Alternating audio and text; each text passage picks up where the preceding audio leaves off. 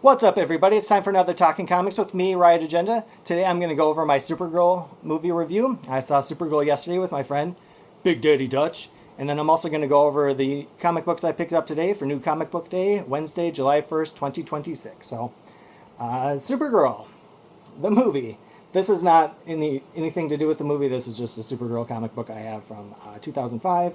I've got a couple of them. I thought it'd be kind of fun to hold them up while I'm talking about Supergirl. So, the Supergirl movie was kind of a mixed bag. Millie Alcock did a great job as Supergirl. She was definitely the most enjoyable part of the movie. I don't know. I'm all right with my flawed superheroes, so watching her get drunk and kind of get into bar fights was not negative. That I think a lot of people were taking from it.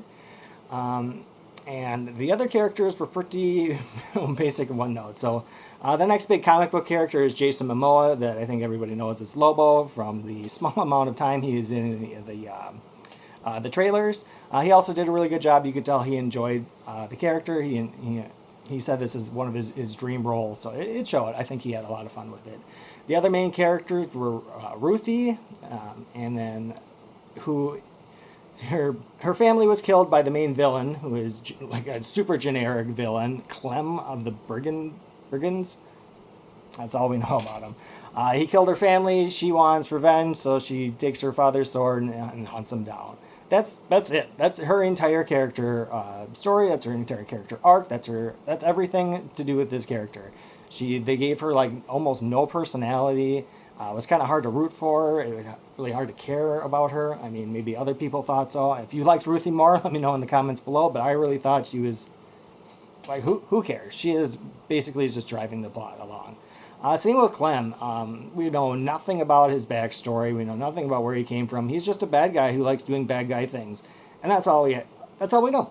So the characters were not the best. Any superhero character from DC was actually cool. Every character, I mean, I don't know if they're from DC, but these seem like they were created for the movie, and they were cardboard, one note, basic, boring, nothingness.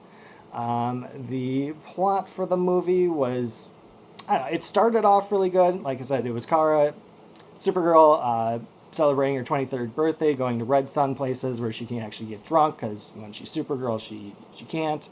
And then where she meets the character who's Ruthie, who's like, I need someone to hunt down this Clem bad guy and kill him for me. And Kara's like, well, you shouldn't kill because that'll ruin you for the rest of your life. And they end up helping, or they end up joining forces and then hunting down Clem the Brigand. There's a bus scene because the bad guys steal Kara's ship, so she like gets on a space bus. So her and Ruthie on there was kind of fun. That ends up getting attacked by Raiders itself, where Supergirl finally gets into a yellow sun, powers up, beats the guys, and that was probably one of the better scenes. Next part of the movie is they're trying to track down the Brigands more, so they go to another location where Kara tells her backstory, which was basically Superman's history again. I actually did find I have some comic books that go over this particular character. It's from 2004 in these Batman and Superman comics. There's her down there. Basically, when Krypton was being destroyed, her parents put a force field around part of the planet, and then that was floating around in space for a while, like a really tiny part of it. And then when they realized kryptonite was in that part of the planet, it started getting everyone sick. So they found Superman's schematics for his ship, and they sent her to chase them down. I thought this was kind of fun. Here is DC Comics circa 2004, her showing up. This is Cal, my cousin. So I really stuck these comic books, particularly the storyline, really kind of goes over. This is where they took the origin from. And then while she is going over her origin, she's betrayed by the people who were supposed to help her find the Brigands, which was kind of obvious coming. They poison her, so again she's weakened for the next, fight scene. This was So I guess the other main thrust of the thing was the bad guys poisoned her dog, because of course they did. And I thought this was really fun. This is actually Supergirl. Here's Krypto from DC Comics. Here's Krypto's first encounter with Supergirl. they do not like each other even a little bit. He thinks she's an invader, and he's attacking her. I thought that was a fun little thing because in the movie it's basically the opposite. Supergirl and Krypto are inseparable. Uh, like he's home to her because she has no home. Because I mean, we went over her origin. She lost everybody, and when she had to leave Krypton. The bad guys show up again. They fight Supergirl again. Depowered Lobo. Here's when Lobo shows up. They get away, so they go to another planet that has green sun, which I have never heard of. If anyone knows that green suns are actually a thing in DC comic books, let me know in the comments below. But that was new to me. I thought it was just another way to make Kara depowered so she couldn't... Because the movie had to go for another, like, half hour, 45 minutes. Just, like I said, just random comic book panels from my small Supergirl collection. And then the final battle, the yellow sun finally comes up, so Supergirl gets powered. Ruthie got captured while they were at this green sun, yellow sun place. So Supergirl goes to, rescue, and Lobo was also captured for some reason, because he had to be in the climax of the movie, so Lobo turned out to be captured when they captured Ruthie, while Supergirl was being sick with the green sun. Yellow sun comes up, she goes, hunts down the brigands, and they start to have a big fight at the bottom of on their ship. There's that pretty cool cover of Supergirl.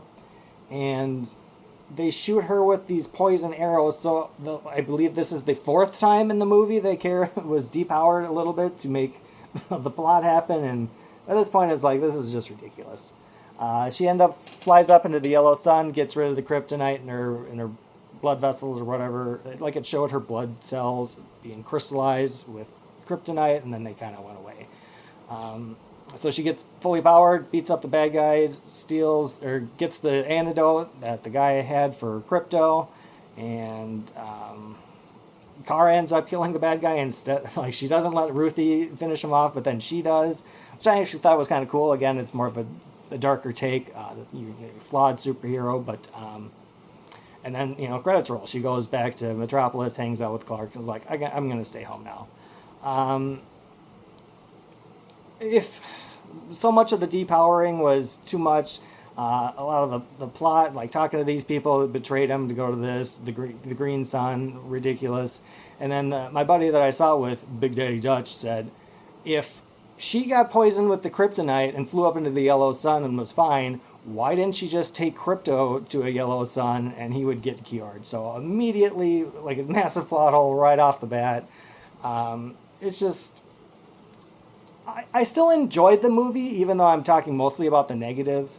Like I said, I really enjoyed the first half of it. Kara was great throughout. I thought Millie Alcock did a great job.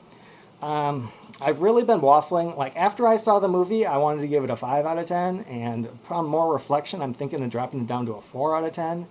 There's aspects I like, but there's so much that I didn't like. So it really didn't seem like it needed to exist. If this Ruthie character never found Kara, Supergirl would never go on this adventure. So it felt like my friend Big Daddy Dutch said, he thought it felt more like a TV show than an actual, like a movie. This is just the next chapter.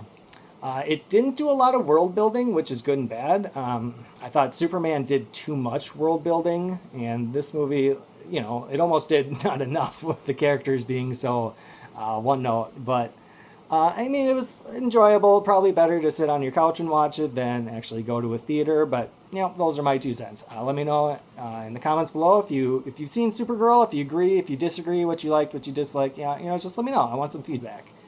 And then the other, since it's New Comic Book Day, I had to go and get some new comic books. This was actually kind of a light haul this week. I had to get the new Iron Man. I talked about Iron Man 6, so this is 7. There's War Machine. Definitely curious. The next issue here is probably going to start out the next story arc. Let me know if you want me to do a review on that. New Spider-Man came out today. They've been doing these really cool, like, painterly covers. Spider-Man 32, you got your black suit Spider-Man, and that is Norman Osborn when he was the Red Goblin from like circa 2016-17. So I mean, that's not going to be what the contents of this comic are. I like getting these covers. And then the other main comic book, most people are probably going to think this is ridiculous, it's stupid, cheesy. But Marvel had their swimsuit issue come out today. And they did this last year, and it sold out. I managed to get one of the last copies at my secondary comic book location. Comic Book College was out, so I had to go to the source, and I got one of the last few remaining copies. So had to pick this up. I'll let you guys get some of the cheesecake from here. So, yeah. I know I said in my previous video I was going to talk about what these Red Spine Turtles comics are. I'm probably going to go over that in the next video. I kind of figured I'd have enough to talk about in this one. I don't want to make these too long, so I'll look forward to that in the next one. Make sure you like, comment, and subscribe. Please subscribe. It's free, it's easy, and it helps me out a lot, and it doesn't really cost you guys anything. So, yeah, I hope you enjoyed this particular episode. But until next time, I'm done with this conversation.